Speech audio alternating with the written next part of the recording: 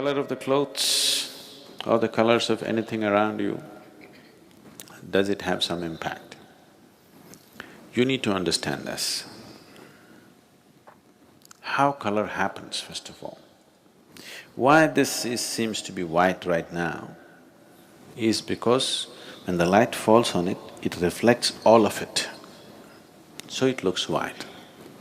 Why this seems to be red right now is not because it's red, it is just that it holds back all the colors and only reflects red.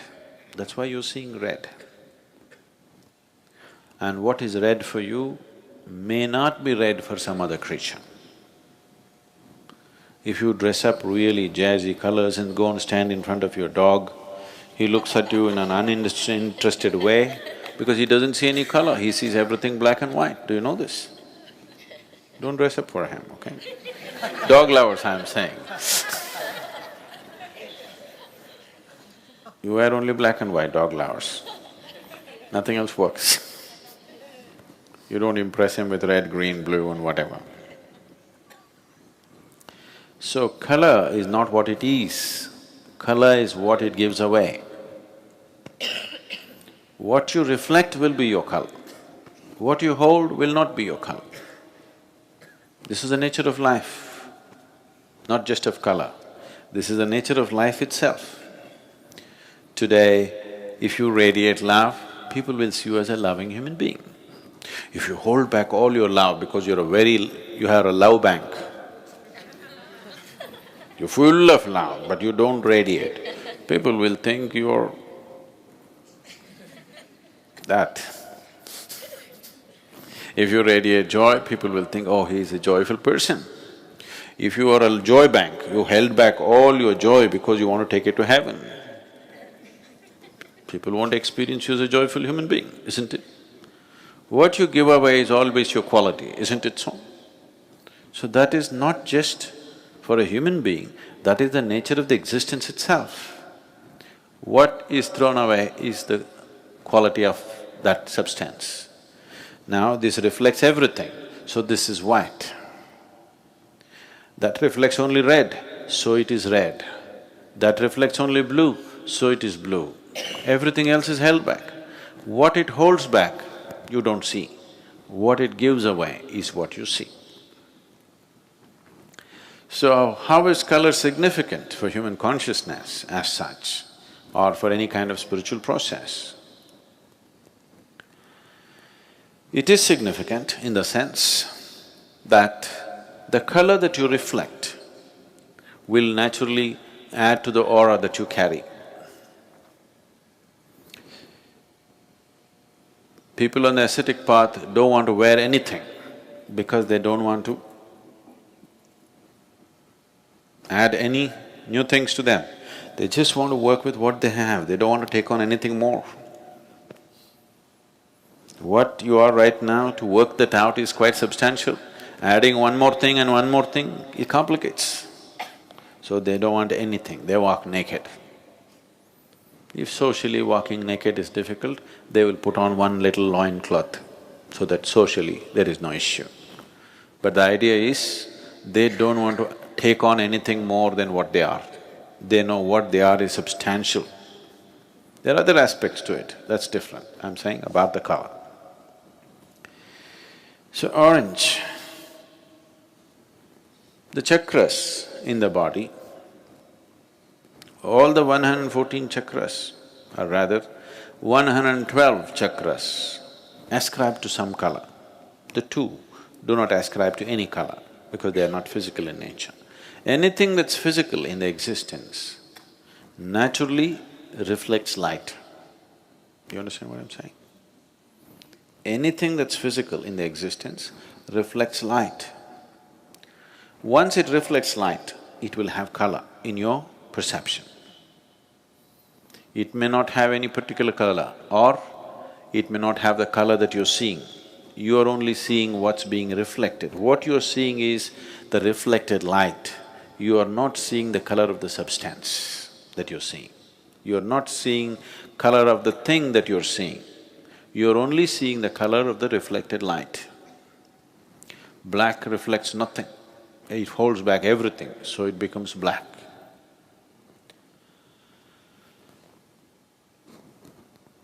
You see, we say the grass is green. No, the grass is not green. It is giving away green, so we see it as green. The sky is blue. No, no, no. Sky is not blue. You go there and see, there is no blue out there. Sky is blue for a completely different reason. Because the refraction quality of the color blue is different from the other colors, that's why the sky is blue. So why is it that spiritual processes, for different types of processes, we use different kind of colors is those who are on a path where they don't want to gather anything, they will wear white. Those who are into a different kind of sadhana, if their sadhana is mild, but they're on the spiritual path, but they're involved with various aspects of life, they don't want to gather life around them. They want to be participating in life, but they don't want to gather anything. Such people will choose to wear white. People who are on a more intense sadhana, which is oriented towards a particular chakra in the body, which is known as agna, between the eyebrows, they will wear orange because the color of the chakra is orange. They want to radiate that color because the whole process is about enlightenment and reaching to that state of knowing, opening up that dimension of perception which is referred to as the third eye. So they will seek always ochre or orange color because that is the color of the agna. The yellow robes were worn by Buddhist monks because the process that Gautama gave to the initial stage of Buddhist monks was very rudimentary process. He chose this process for the people because it did not need any preparation, but he wants to cause a wave of awareness. That means he doesn't stay in any town for more than a day. Continuously he is moving from village to village, town to town. There's no time to prepare people for any kind of practice. So the practice that he gives them is very rudimentary, but still he is converting them into monks. He's fixing their life, but not giving them enough preparatory steps. So he told them to wear the yellow robe, because yellow is the color of the Mooladhara. The most basic chakra in the body is Mooladhara. So he wants them to be stable. For a monk, the most important thing is he practices stability in his life. So he just wants them to be stable. They don't have to fly off into a blissful experience, they don't have to get enlightened right now, they don't have to get anywhere. They just have to learn to be stable because he is preparing soldiers to shake the world with awareness. So he told them to wear yellow robes.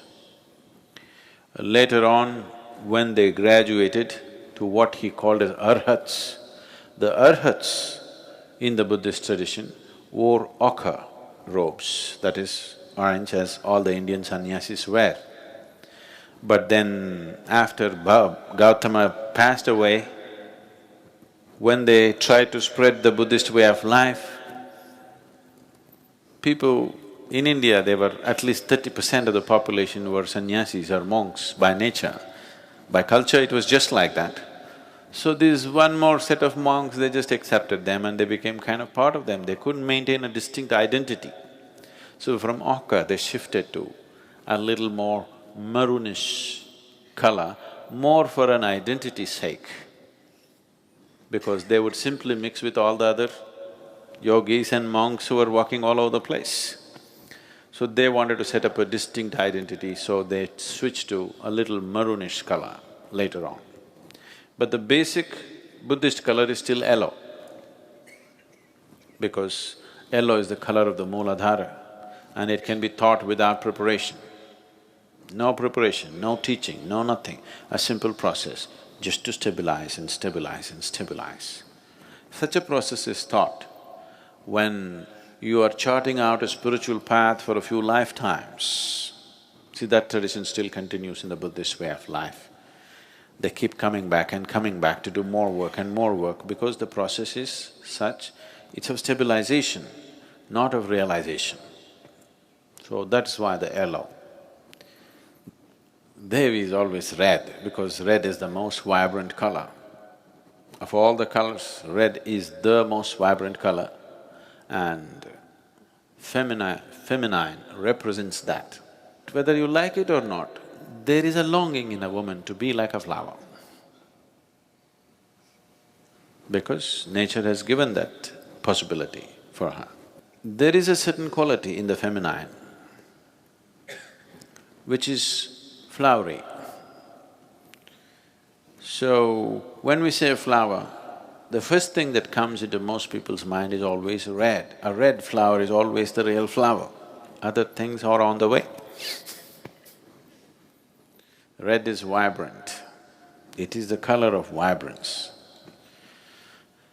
Devi, or the feminine form of the divine, is the most vibrant form of divine. Something nobody can miss.